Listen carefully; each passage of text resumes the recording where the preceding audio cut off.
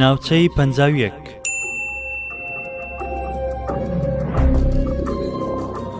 ناوچەی 51 بەناوبانگترین بنکەی سەربازی لە هەموو جیهاندا. تاوەکو ئێستا زۆرترین پرۆپاگەندە و ئەفسانە دەربارەی ئەم ناوچەیە لەلایەن خەڵکەوە باس کراوە.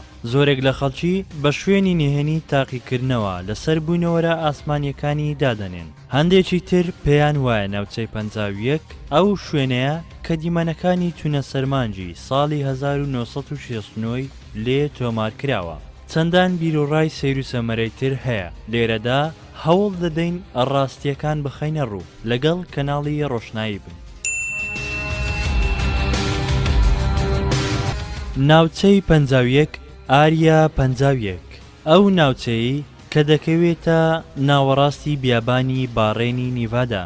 لەم بیابانەدا ناوچەیەک بەڕووبەری 575 میل چوارگۆشە داگیر دەکات. ناوەکەی لە نەخشەی جوگرافی بیابانی نیڤاداوە هاتووە کە لە ساڵی 1950کاندا ژمارەی 51 لەسەر نەخشەی جوگرافی ئەم ناوچەیە بووە. بەڵام ناوی فەرمی ئەم ناوچەیە لە ئێستادا ناوەندە تاقیکاری هێزە ئاسمانیەکانە Air Force Flight Test Center AFFTC. ئەم ناوچەیە لە ساڵی 1955 لەلایەن دەستگای سیخوڕی CIA بنیاد نراوە بۆ دروستکردن و بەرەوپێشبردننی ئامێرە سەربازیە تازەکان و تاقیکردنەوەیان، بە تایبەت تاقیکردنەوەی فڕۆکە جۆراوجۆرەکان، وەشاردنەوەیان لە هەموو خەڵکی و هەمیشە لەم ناوچەیەدا کارەکان زۆر بەنهێنی ئەنجام دراون. ئەمریکا تاوەکو ئەم دواییانە نکۆڵی لە هەبوونی شوێنێکی لەم شێوەیەی دەکرد تاوەکو لە ساڵی 2013 بە فەرمی هەبوونی ناوچەی 51 ڕاگەیاند. لە ڕاستیدا بە پێی داتاکان کە لە گوگڵ ماپ وێنەی گیراوە بە تەلیسکۆبی دوور مەودا قسەی کۆمەڵە کەسێک کە لەوێدا ئیشیان کردووە چەندان سەرچاوی تر دەستکەوتون. بچیتە ئەم ناوچەیە هیچ شوێنەوارێک لە بوونەوەری ئاسمانی یان ستێجی ڤیدیۆیی نەدۆزیتەوە. بەڵام بەپێی هەموو سەرچاوەکان تاوەکو ئێستاش ئیشکردن لەم ناوچەیەدا بەردەوامە. بەپێی وێنەکانی گوگڵ ماپ ڕۆژانە بینای نوێ لەم ناوچەیەدا دروست دەکرێن، بە بەردەوامی ئیشی تێدا دەکرێت. جوگرافیای ناوچەکە بە شێوەیەکە کە نزیک کەوتنەوە لێی کارێکی قورسە بەهۆی سروشتی شوێنەکەوە کە لە ناوەڕاستی بیابانە. لە هەموو گۆشەیەکی ئەم ناوچەیە کامێرای چاودێری هەیە و بەپێی یاسە چەسپێنراوەکان کە نابێت سنوورەکانی ئەم ناوچەیە ببەزێنیت. هەر کەسێک لەم ناوچەیە نزیک بێتەوە پاساوانەکان سەرڕێی پێدەگرن. ئەگەریش سنوورەکان بشچێنیت زیندانی یان غەڕامەی قوڕس دەکرێت. ئەگەر گومانی جاسووسیشت لێ بکرێت سزای زۆر سەخت دەدرێت.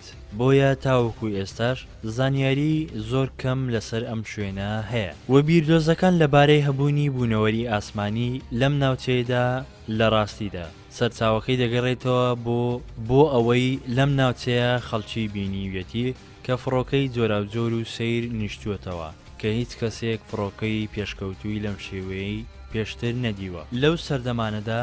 بۆیە گومانی ئەوەیان کردووە کە ئەمانە بوونەوەری ئاسمانی بن. یەکێ لە فڕۆکە هەرە سەرەتاییەکان کە لەم شوێنە تاقی کراوەتەوە فڕۆکەی U2 کە لە دوای ساڵەکانی 1955دا دروست کرا کە لە دوای ساڵەکانی 1955دا دەستکرا بە تاقیکردنەوەی. ئەم فڕۆکەیە دەیتوانی لە ئاستی بەرزی 45,000 پێ بفڕێت.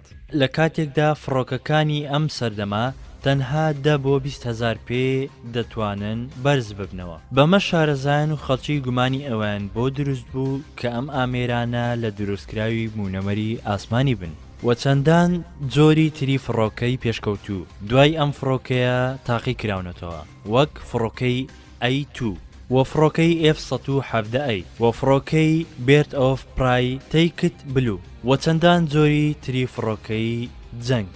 بیرۆکەی بوونەوەری ئاسمانی سەرەتا لای بۆب لازار لە ساڵی 1989 دەستی پێکرد کاتێک لە چاوپێککەوتنێکی تەلەڤیزیۆنی ئاماژەی بەوە کرد کە لەم ناوچەیە بوونەوەری ئاسمانی هەیە و یارمەتی مرۆڤ دەدەن لە بەرەو پێشبردننی تەکنۆلۆژیا و دروستکردنی ئامێری نوێدا کە ئەمە هانی زیاتری خەڵکیدا بۆ بڕواهێنان بە هەبوونی بوونەوەری ئاسمانی لەم ناوچەیەدا.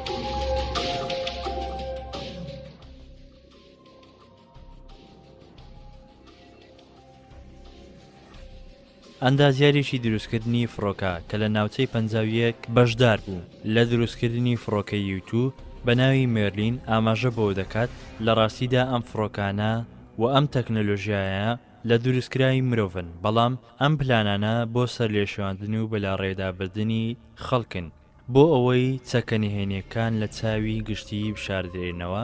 لەو کاتەشدا کە بۆ بلازار ئەم پرۆپاگەندانەی بڵاو کردەوە ئێمە هەمومان ئاگاداری بووین، بەڵام بە هیچ شێوەیەک ڕێگەمان پێنەدرا نهێنیەکان بدرچێنین و نکۆڵی لەوە ناکرێت کە لە ئێستاشدا چەندان چەکی جۆری ناوەچی و لەیزەر و فڕۆکەی پێشکەوت و لەو ناوچەیەدا دروستکراون و لە بەرەو پێشبردندان کە تا ئێستا هیچ کەس نایانبینی.